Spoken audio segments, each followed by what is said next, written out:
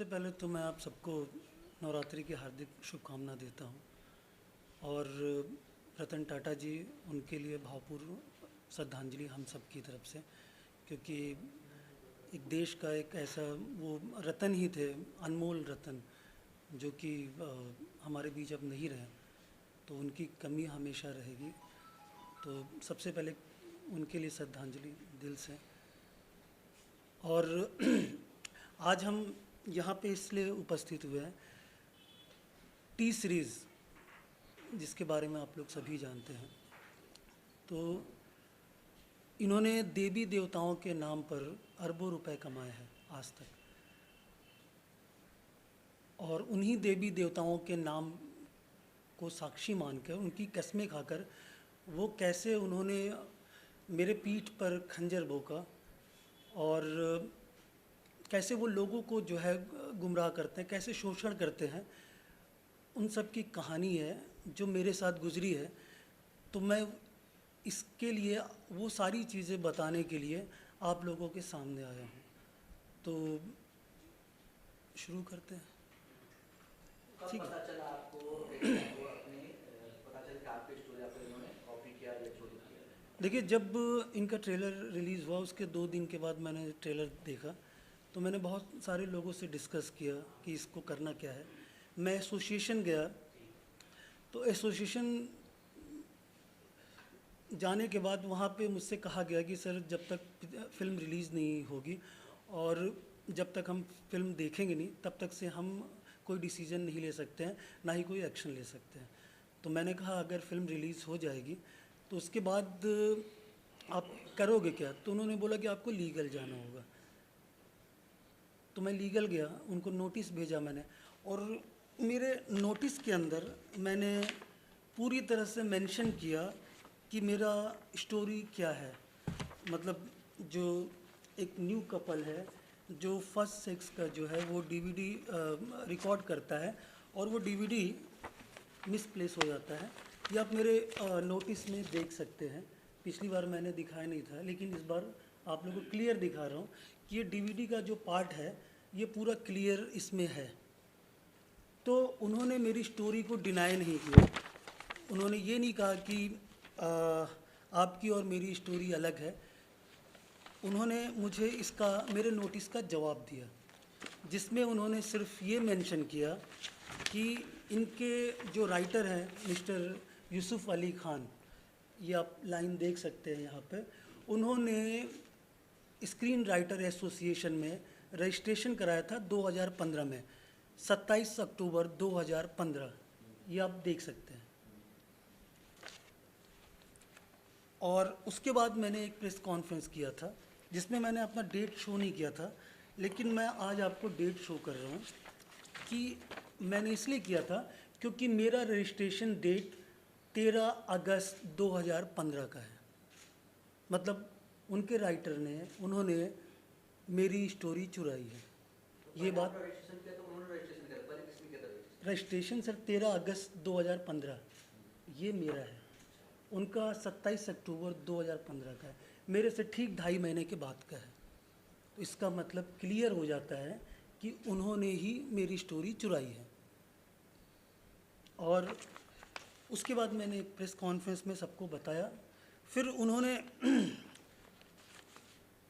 मेरे न्यूज़ को भी काफ़ी दबाने का कोशिश किया। फिर भी हम लोग 63 करोड़ लोगों तक पहुंच गए। छोटे छोटे जो चैनल्स हैं, मतलब उन्होंने बहुत बड़ा इसको रूप दे दिया। फिर मुझे ये प्रेस कॉन्फ्रेंस देखने के बाद जो न्यूज़ पे आया, तो मुझे एक दिन एक फ़ोन आया करनी सेना के जो फिल्म एसोसिएशन के प्रेसिडेंट हैं मिस्टर सुरजीत सिंह राठौड़। उनके बारे में आप लोग जानते होंगे क्योंकि काफ़ी सारा जो है मामलों में उनके नाम अक्सर सामने आए हैं। तो उनका फ़ोन आया, उन्होंने पूछा, क्योंकि वो पहले से भी मुझे जानते थे, तो उन्होंने मुझसे कहा कि पूछा क्या हुआ, मतलब ये सब क्या चल रहा है। तो मैंने उनको सारी चीज़ें बताई। तो उन्होंने भूषण जी से भी बात किया, किशन कुमार से बात किया, और नेक्स्ट डे वो आ गए बॉम्बे, जयपुर से बॉम्बे आ गए। उन्होंने मुझे सन एंड सन्स में बुलाया, मेरी बात किशन कुमार से करवाई। किशन कुमार जी से मैं पहले थोड़ा सा इमोशनल इसलिए हुआ क्योंकि उनके साथ एक बड़ा हादसा हुआ है अभी 1 महीना पहले, जो सब लोग जानते हैं। वो औलाद को खोने का दर्द बहुत बुरा होता है। तो मैं थोड़ा ये सोच के भी इमोशनल था क्योंकि राइटर एक ऐसी चीज़, मतलब ऐसा इंसान होता है राइटर जो बहुत ही भावुक होता है, क्योंकि हर चीज़ के लिए वो इमोशनल हो जाता है। चाहे वो उसको रोमांटिक सीन लिखना हो तो उसके लिए रोमांटिक हो जाता है, अगर उसको दर्द वाला मतलब इमोशनल लिखना है तो वो आंसू भी बहाता है, वायलेंट है तो वायलेंट, तो वो हर चीज़ के लिए इमोशन उसके अंदर रहता है।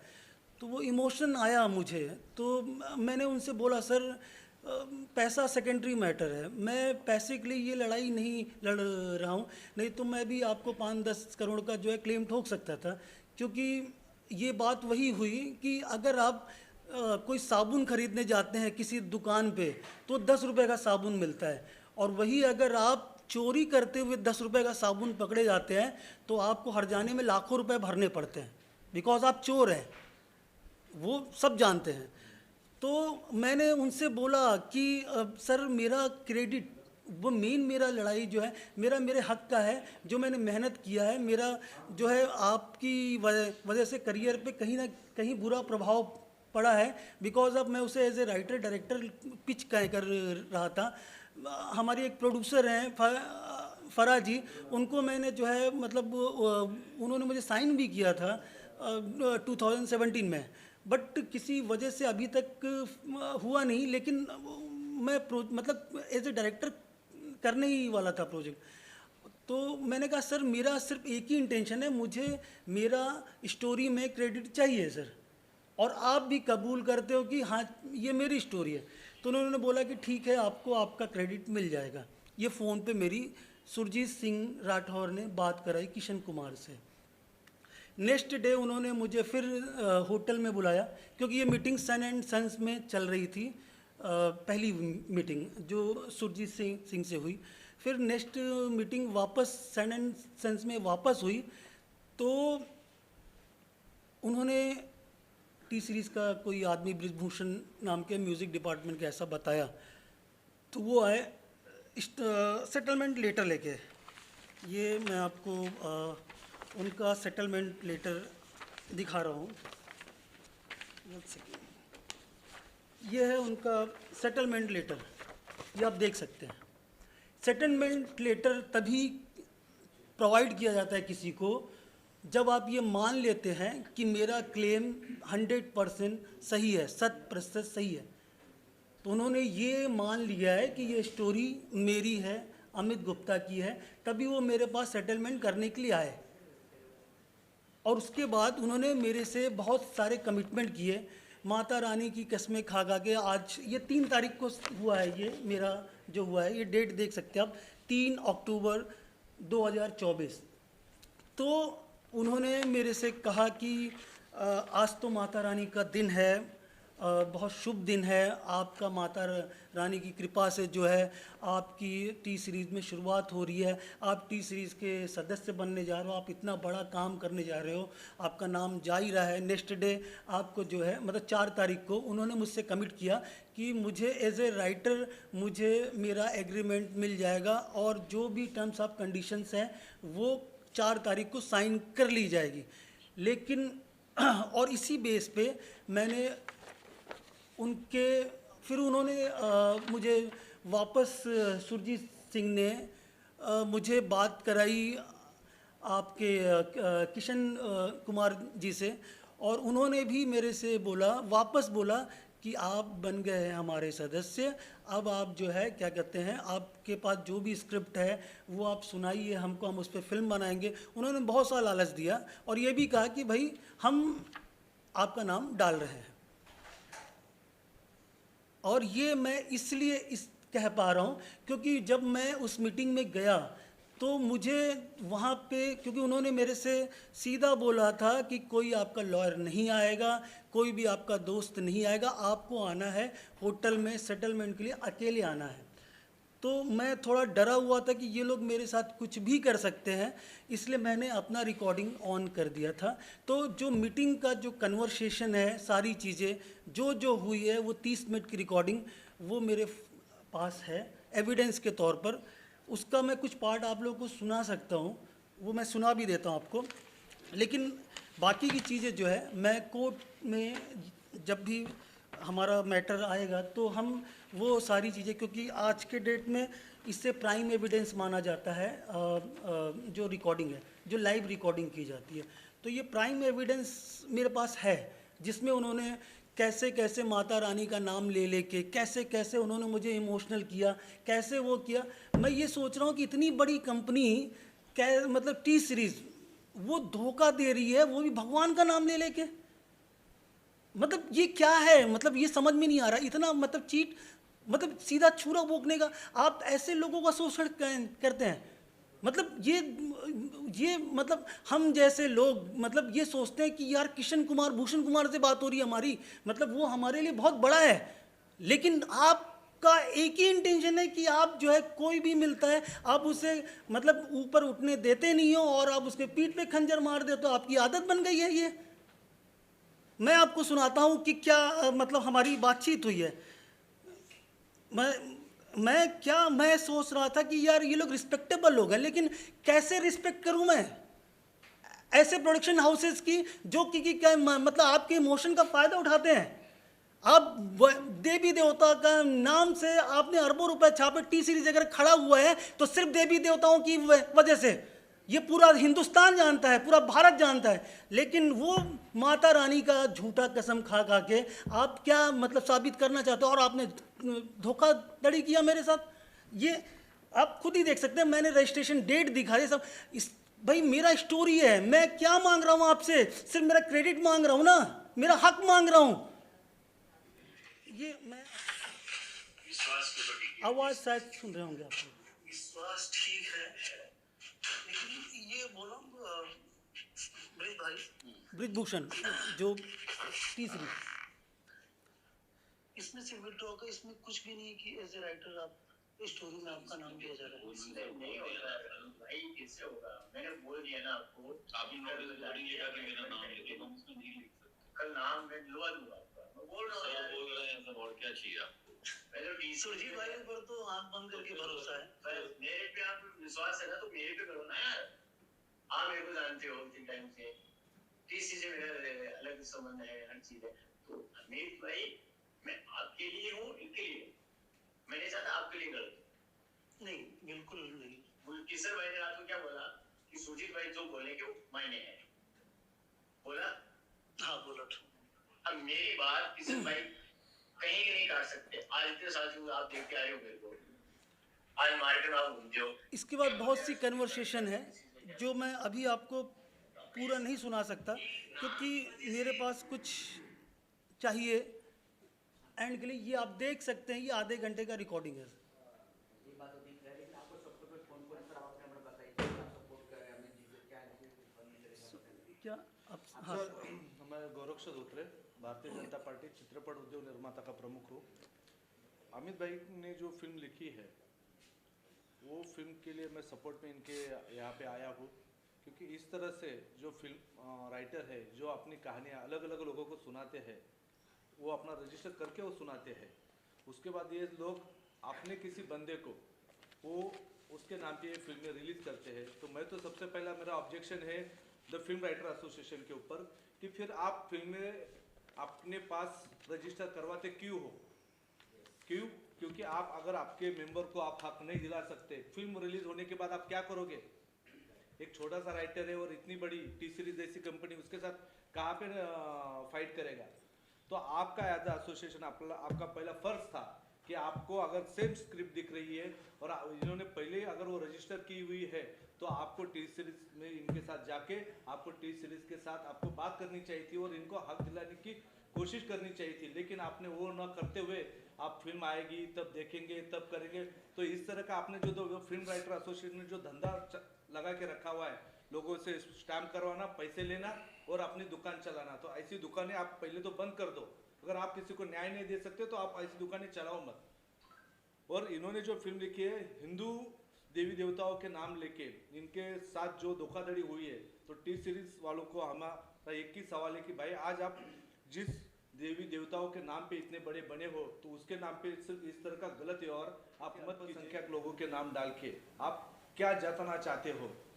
आप रोटी दाल रोटी और आप बड़ा हिंदुओं के नाम पे बनना चाहते हो और क्रेडिट आप अल्पसंख्यक लोगों को देना चाहते हो?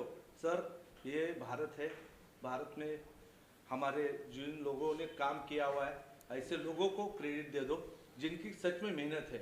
आप किसी अरे गहरे को इस तरह का क्रेडिट देके आप अपने कंपनी का और इतने सारे हजारों करोड़ों हिंदू लोग जो है जो टी सीरीज को एज अ जैसे गुलशन कुमार जी का नाम जैसे भगवान के साथ लिया जाता है कि उन्होंने आज भगवान के लिए इतना सब कुछ किया है, तो इस तरह के गलत काम आप मत कीजिए।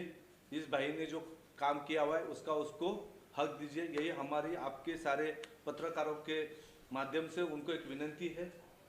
सर आप तो उनका ऑफिस में जाकर बात करने की कोशिश की आपको?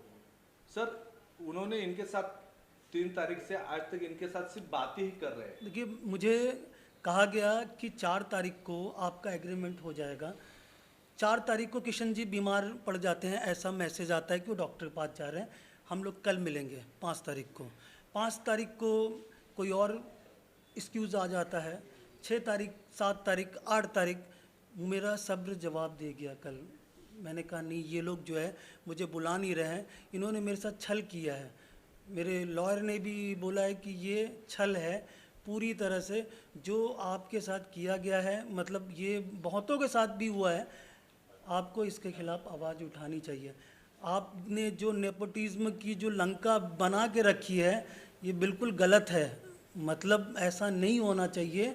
आप जानते ही होंगे, आप सब लोग जानते हैं सुशांत सिंह राजपूत के साथ क्या हुआ, सब लोग जानते हैं। और बाकी कितने सारे मॉडल्स एक्टर हैं जो सुसाइड कर लेते हैं, जिनके साथ क्या हादसा हो जाता है दुनिया को पता नहीं चलता है। मेरे साथ भी हो सकता है। कल मैं बहुत डरा भी हुआ था कि ये लोग कहीं मेरे साथ कुछ गलत ना कर दें। मैं बहुत डरा हुआ था कि आज भी हो सकता है मेरा करियर भी बर्बाद कर सकते, कुछ भी कर सकते हैं, क्योंकि वो बहुत बड़े, मुझे डिप्रेशन जैसा फीलिंग आया। मुझे लगा कि कहीं मैं भी सुसाइड ना कर लूं, और हो सकता है डिप्रेशन में मैं जाके इतना ज़्यादा इन्होंने मतलब डिप्रेस किया है मुझे कि क्योंकि करियर बहुत इम्पोर्टेंट है। मैं यूपी से हूँ, उत्तर प्रदेश से हूँ। चंदौली एक जगह है जो बनारस में होती थी, चंदौली डिस्ट्रिक्ट बना उसके बाद, मैं वहाँ से हूँ। और मैं उतनी दूर से अपना घर परिवार छोड़ के, अपनी मातृभूमि छोड़ के मैं इस भूमि पे आया। यहाँ को अपनी मातृभूमि की तरह मैंने इस भूमि को पूजा। मैंने बहुत सारे स्ट्रगल किए, किस लिए? क्योंकि मैं अपने नाम के लिए कर रहा था। एक राइटर के लिए उसका सबसे बड़ा जो दौलत होता है वो होता है उसका स्टोरी, और कुछ नहीं होता है। मतलब राइटर 99% राइटर्स की ये हालत है, उनके बैंक अकाउंट आप जाके चेक कर लेंगे, वो खर्चा चलाने में भी अपना उनकी प्रॉब्लम चल रही होती है। महीने का खर्चा वो रेंट कैसे देंगे, वो सारी चीज़ें 99% राइटर। लेकिन वो इसलिए मतलब सीना तान के और दिल से खुश रहते हैं, स्माइल करते रहते हैं, क्योंकि उनके पास जो दौलत है वो है उनका स्टोरी। और वही अगर आप चुरा लेंगे और उसको मतलब समाज में हर जगह, अभी बात इज्जत की भी है कि आज मैं अपने हक की लड़ाई के लिए मैंने अब थोड़ा आवाज़ उठाया।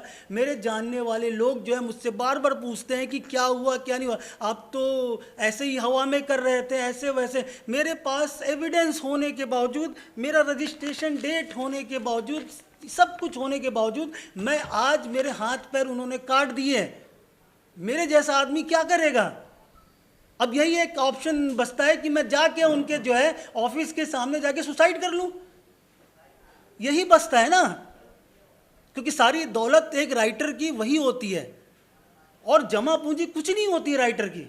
हाँ, कुछ जो हैं प्रोफेशनल जो 1% में आते हैं, उनके पास हैं पैसे हैं, वो अपना सब अच्छे से चला रहे हैं। लेकिन बाकी 99% वो डेली स्ट्रगल करते हैं। वो कहते हैं ना, एक कहावत है, डेली कुआं खोदो और पानी पियो, तो वो वाली हालत होती है। तो आपने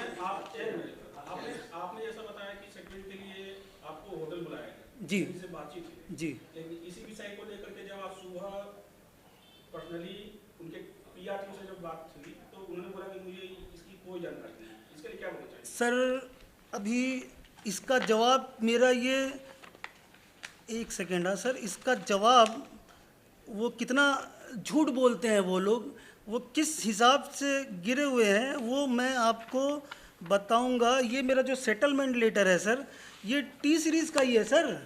लेकिन पीआर टीम ने कहा ये कि सर, मेरे पास उसकी कोई जानकारी नहीं है। सर जब बॉस से मेरी बात हो रही है, किशन कुमार ने मेरे से वादा किया है, अभी मैं उसके आगे मैं आपसे क्या बोलूं? ये टी सीरीज से है ना सर, ये सेटलमेंट लेटर उन्हीं का है ना, वो तो मैं कोई घर पे नहीं छाप रहा हूँ ये। वो तो अभी आप ये मीडिया को दिखा रहे हैं। Yes. लेकिन इससे पहले तक डीसीज की जो पीआर टीम है उनको इस विषय की कोई जानकारी नहीं है। सर उनको सारी जान, पीआर टीम को नहीं हो सकती है, लेकिन जो क्या है सर, ये सेटलमेंट लेटर सिर्फ किशन कुमार जी के कहने पर नहीं बना है। ये जितने भी प्रोड्यूसर्स हैं इस फिल्म के अंदर, जो 9 नाम है, जिसमें भूषण कुमार जी हैं, किशन कुमार जी हैं, शोभा कपूर है, एकता कपूर है, विपुल डी शाह है, अश्विन वादे है, आपका राज चंडलिया है, और एक नाम और है। तो कहने का मतलब है सर, उन सबकी सहमति के बाद ये लेटर बना होगा सर, ऐसे ही नहीं बना होगा। और ये लेटर इस बात का प्रूफ है कि आप सेटलमेंट इसलिए करना चाहते हैं क्योंकि आपको खतरा था कि अमित गुप्ता आपकी फिल्म पर स्टे लगा सकता है। और आपने इतना बड़ा गेम किया कि 3 तारीख को जब मैं कोर्ट जा रहा था, मेरा सूट मतलब बन के तैयार था, 3 तारीख को फाइल था, 4-5 तारीख तक कानून व्यवस्था, मतलब वाकई में मतलब जो न्यायाधीश हैं वो मतलब अगर मेरी बात अच्छे से सुन लेते तो 5 तारीख तक स्टे लग भी जाता। ये आपको अच्छी तरह से पता था, इसलिए आपने नया गेम खेला कि अमित गुप्ता को एक लॉलीपॉप पकड़ाया, ये रहा, और फिर आपने झुलाना चालू कर दिया मुझे, और झुलाते गए और आज 10 तारीख है, आज फिल्म का प्रीमियर कर रहे हो आप, और मेरा कहीं भी जिक्र नहीं। तो आप क्या बनना चाहते हो सर? आप भी जुड़े इनके साथ मुहिम में, क्या बनना चाहते हो? मैं एक फिल्म प्रोड्यूसर हूँ, तो हमेशा हम काफ़ी सालों से सबके हक की लड़ाई के लिए आगे खड़े रहते हैं। और ये एक ही अमित गुप्तानी है, एक ही अमित गुप्तानी जिसके साथ ऐसे यहाँ पे अन्याय हो रहा है। ये हर बॉलीवुड में, हर इंडस्ट्री में, इसलिए आज बॉलीवुड का नाम इतना बैकफुट पे आ चुका है। हर जगह पे अत्याचार होते हैं, हर गरीबों की, हर मिडिल क्लास की, मेहनत कश की लाशों के ऊपर चढ़ के बॉलीवुड बनता है यहाँ पे। हम देखते हैं ना क्या क्या अन्याय हो रहा है। हमें तो अभी लगता नहीं है कितना भी कर दें इनके साथ कोई न्याय मिलेगा या नहीं मिलेगा। ऐसे ये एक ही केस नहीं, हज़ारों केस ऐसे हर, इन्होंने आवाज़ उठाई तो आप लोग को पूरी मीडिया का आज मालूम पड़ा है। तो कल ये भी चुपचाप बैठ जाते। अब साथ में रहेंगे हर वक्त तक, मरते दम तक इनकी हम कभी हारने नहीं देंगे। अगर हम हार गए, आज हर एक मिडिल क्लास हार जाएगा। हमको पूरे भारतवर्ष देखिए, मैं सिर्फ इतना कहना चाहता हूँ कि हमारे बचपन में हमारे माँ बाप ने, मेरे पिताजी थोड़ा शिक्षित अच्छे मतलब वो थे, टॉपर थे। जब से मैंने होश संभाला है तब से हमको एक ही चीज़ सिखाई गई है कि सच बोलो, ईमानदारी से चलो, भगवान आपके साथ होगा। यहाँ मैं सच के लिए लड़ रहा हूँ, मैं आवाज़ सच के लिए उठा रहा हूँ, मेरे हक के लिए, मेरी ईमानदारी के लिए कर रहा हूँ। और आज मुझे इतना दबा दिया गया है कि मतलब मैं कहीं का नहीं रह गया हूँ। ये क्योंकि अब मेरे पास कोई ऑप्शन नहीं बचा है। उन्होंने इतना मेरे साथ छल किया है जिस हिसाब से। और मैंने आपसे पहले भी बोला, वैसे भी मैं थोड़ा सा भगवान को मैं बहुत ज़्यादा मानता हूँ, उन पर भरोसा बहुत करता हूँ। उनका जब होता है तो एक अलग सा भावना अंदर भर जाता है कि कोई बोलता है कि मैं भवानी माँ की कसम खाता हूँ, माता रानी की कसम खाता हूँ, तो थोड़ा सा विश्वास जैसा फीलिंग आता है कि चलो यार, ये भगवान के नाम पे झूठ तो नहीं बोलेंगे, क्योंकि ये भगवान का ही पैसा खा रहे हैं, भगवान के नाम का पैसा खा रहे हैं। और इतना बड़ा छल मतलब। लास्ट में आपसे जानना चाहता हूँ, नेक्स्ट स्टेप क्या आप लोगों का है? सर नेक्स्ट टाइम तो हम हाई कोर्ट में इसको अपील कर रहे हैं, क्योंकि क्या इस तरह से उन्होंने इतने दिन से उनको लॉलीपॉप दे के इनको आजकल कर रहे हैं, और ये फिल्म आज रिलीज़ कर रहे हैं, क्योंकि आज के आज तो कुछ हो नहीं सकता। लेकिन इसको हम लोग हाई कोर्ट में लेके जाएंगे और इन्होंने जो फिल्म लिखी है उसका उनको हक देने के लिए हम पूरी तरह से इनके पीछे खड़े रहेंगे। और अभी सर ने एक सवाल पूछा था कि पीआरओ टीम से को पता क्यों नहीं है। सर, पीआरओ की टीम का काम कब चालू होता है? जब फिल्म रिलीज हो रही होती है तभी है। उनको बैकडोर में क्या कंपनी कर रही है, क्या नहीं कर रही है, इसके बारे में इनको कोई आता पता नहीं होता। इनका काम होता है फिल्म को पब्लिश करो, लोगों तक पहुंचाओ।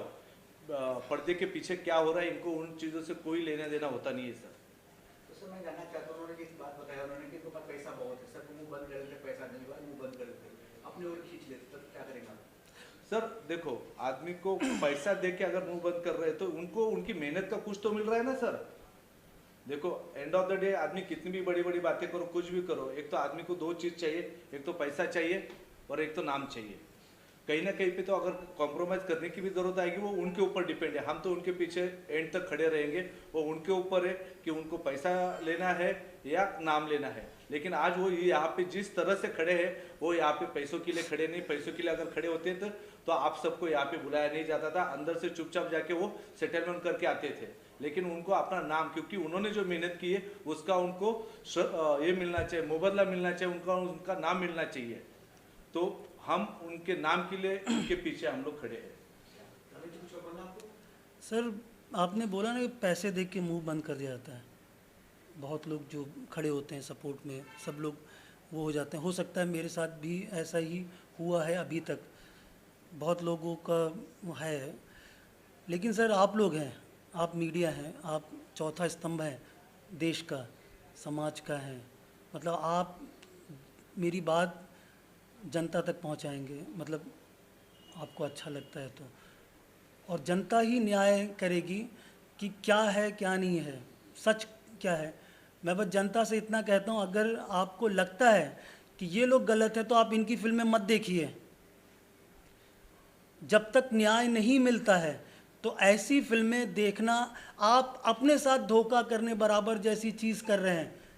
आप अगर वो फिल्म देख रहे हैं, अगर आपको लगता है कि अमित गुप्ता सही है, तो आपका अगर ज़मीर है तो आपको ये फिल्म नहीं देखनी चाहिए, क्योंकि वो देवी देवताओं के नाम पे धोखा दे रहे हैं, आपको खेल रहे हैं आपके साथ, सिर्फ उनको पैसा चाहिए। और अगर वाकई में वो सच बोल रहे हैं, सच बोला है उन्होंने, तो इस फिल्म में क्रेडिट में मेरा नाम रिलीज़ पे दिखना चाहिए, अगर वो सच बोल रहे थे मुझसे तो।